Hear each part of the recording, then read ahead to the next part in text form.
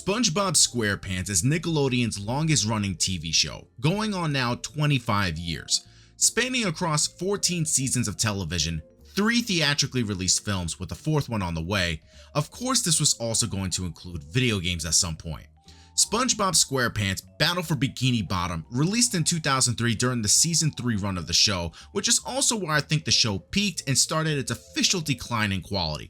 Not to say it didn't have any good episodes in season 4 or throughout, but you could definitely see the quality in the writing take a steady decline the longer the show kept going. Battle for Bikini Bottom was released on the PlayStation 2, Nintendo GameCube, Xbox, PC, and the Game Boy Advance. Published by THQ, developer Heavy Iron Studios took on the Yellow Sponge for its second 3D video game adventure, the first being Revenge of the Flying Dutchman. I never played this one, so I might take a look at it in a future video. The premise for Battle for Bikini Bottom is that Plankton, in his usual evil ways, tries to find yet again another way to attempt to steal the Krabby Patty's secret formula. This time he creates an army of evil robots to help him. However, in ordinary cartoon fashion, Plankton accidentally didn't have the obey switch flipped to the correct position. Why there would be any option for them to not obey him is anyone's guess. But it's SpongeBob, for heaven's sake, you're not really meant to question these things. So the robots inevitably turn on him and start to run amok in Bikini Bottom.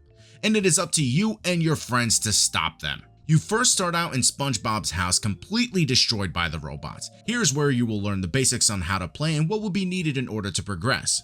The one thing I immediately notice is how the camera is inverted by default and there is no way of changing it. Why? Why was this a thing back then of inverting your camera without being able to adjust it per the player's desire? They did this also when I went to review Prisoner of Azkaban. I hate it so much. Obviously, being 2003, the graphics are very dated. Back then I paid no mind to it, but looking at how the remake did it, it is a night and day difference. It is not to say that they are bad by any means, the characters look like how they're supposed to, and the environments give off the TV show's vibe really well. However, I don't know what happened to Mrs. Puff here. She looks like a crack fiend going through withdrawal. Everybody also sounds like their characters except Mr. Krabs. He sounds noticeably different to his TV show counterpart. I wasn't able to find any information on why Clancy Brown couldn't reprise his role in the video game, but there were rumors that either he didn't like how Revenge of the Flying Dutchman turned out and didn't want to come back for yet another video game, or he was just too busy doing other roles at the time. There is no clear answer. Who knows? But it is disappointing to not hear his classic voice throughout the game. It is especially more upsetting that they couldn't go back and revoice his lines for the remake. I understand it was probably to save money, but come on. So in order to progress through the game, you need to collect what's called shiny objects and golden spatulas. Shiny objects will help you open doors, secret pathways, and even more golden spatulas from Mr. Krabs. The golden spatulas themselves will allow you to access more levels. The levels in the game are very diverse and give many ways to keep having fun. You got Jellyfish Fields, Downtown, Rock Bottom, the Goo Lagoon, Kelp Forest, the Mermalair, and much more. My least favorite level was probably Kelp Forest. It required a lot of jumping between platforms, and while I'm usually okay with this, these platforms were placed just far away enough from each other that made it super difficult to land on them.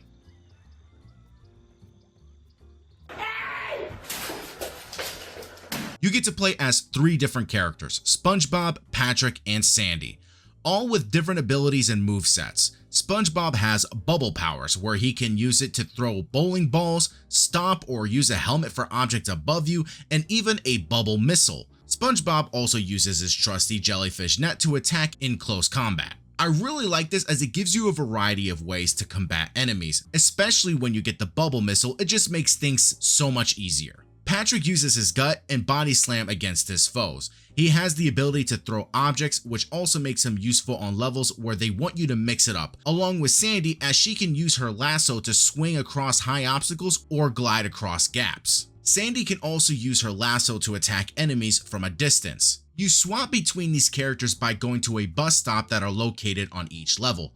Each level only allows you to switch over to one other character per the type of level you are on, which means that if you are in Rock Bottom, you can only switch to Sandy here.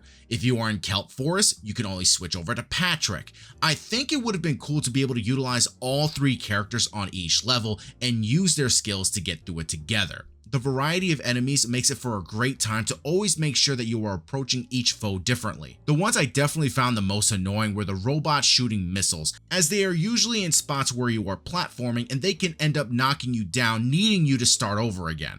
Sandy comes especially useful here with her lasso, as she can destroy them from a good distance, or the bubble missile with SpongeBob. Healing yourself requires you to find SpongeBob's underwear that are laid across the levels for you to utilize. Even Patrick and Sandy make note of this and how it's weird to be using his underwear. I actually found this to be hilarious at times. The boss fights are pretty simple but still fun at the same time. I never really found myself getting aggravated over these fights. Granted, it is a kid's video game, so I bet they did that specifically just so that it was easier for children to be able to play through this, which makes sense. All in all, I found myself having a great time and having a blast to the past with this title. I honestly can't wait to go through the remake and get the trophies on my PlayStation 5. What I will say about the remake is that it is just better in every single way possible. The attacks feel stronger, movements feel better, the animation is all around better quality, the camera is not inverted by default and just looks beautiful graphically. I have loved SpongeBob ever since I was a little kid. I still put on the first 3 to 4 seasons on from time to time just to get a good laugh. I will eventually find myself playing the other SpongeBob games at some point, so you let me know which one I should tackle next. Guys, my name is Pedro Ordonez, also known as GameLight7. Please subscribe, comment, like, thumbs up, do whatever you guys can to support this channel. Let me know what kind of videos you would like to see me talk about in the future, and I will see you guys next time in my next video. Peace out. Oh god, game's not even here.